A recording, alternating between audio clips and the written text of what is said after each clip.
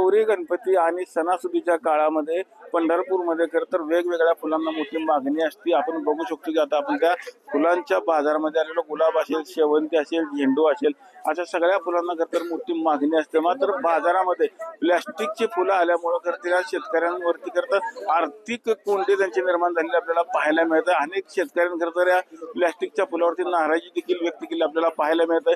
बाजारामध्ये खरं तर वेगवेगळ्या प्रकारची फुलाची मोठी मागणी असताना देखील हे फुलं स्वस्त आणि टिकाऊ असल्यामुळे ग्राहक खरं तर त्या प्लॅस्टिकच्या फुलांना मोठ्या प्रमाणामध्ये मागणी करत असल्यामुळे शेतकऱ्यांनी देखील नाराजी व्यक्त केलेली आहे। आपल्याबरोबर काय असे शेतकरी काय सांगतात, तुम्हाला काय तुमची नक्की मागणी?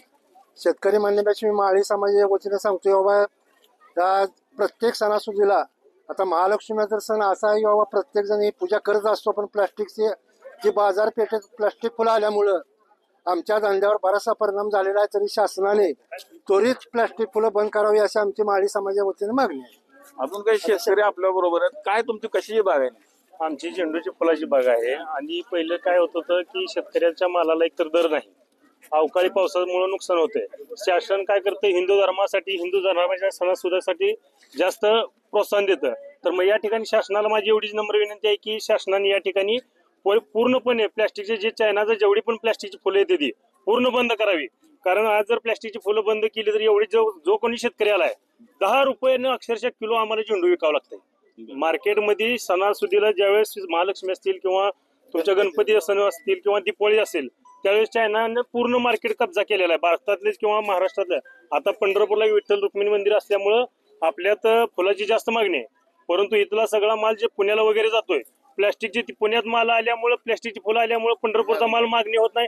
मागणी न झाल्यामुळे अक्षरशः 10 रुपये 5 रुपये किलो नाही बघा वतून दिलेच आम्ही कॅरेट बघा पलीकडल्या साईडला तुम्ही, एकदम कमी प्रमाणात फुलाची मागणी होती।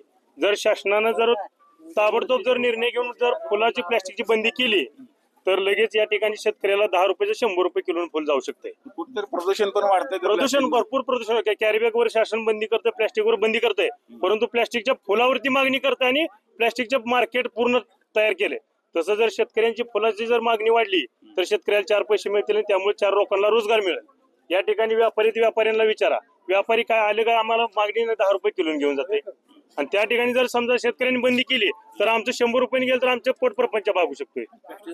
आपल्याला कळलं असेल की आता प्रशासनाने ही प्लॅस्टिकची फुलं त्वरित बंद करावीत अशी मागणी आता खरं तर येथील फुल उत्पादक शेतकऱ्यांनी केलेली आहे। खरं तर सरकारनं ज्या प्लॅस्टिकला जशी बंदी केली किंवा कॅरीबॅगला बंदी केली, त्याच पद्धतीनं त्या प्लॅस्टिकच्या फुलांना देखील बंदी करावी अशी मागणी करत शेतकऱ्यांनी केलेली पाहायला मिळत आहे।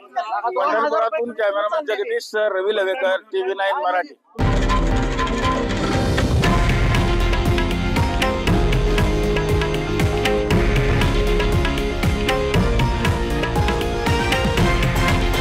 हे आहे देशातील नंबर 1 न्यूज नेटवर्क आणि आपण पाहत आहात TV9 मराठी, एकमेव।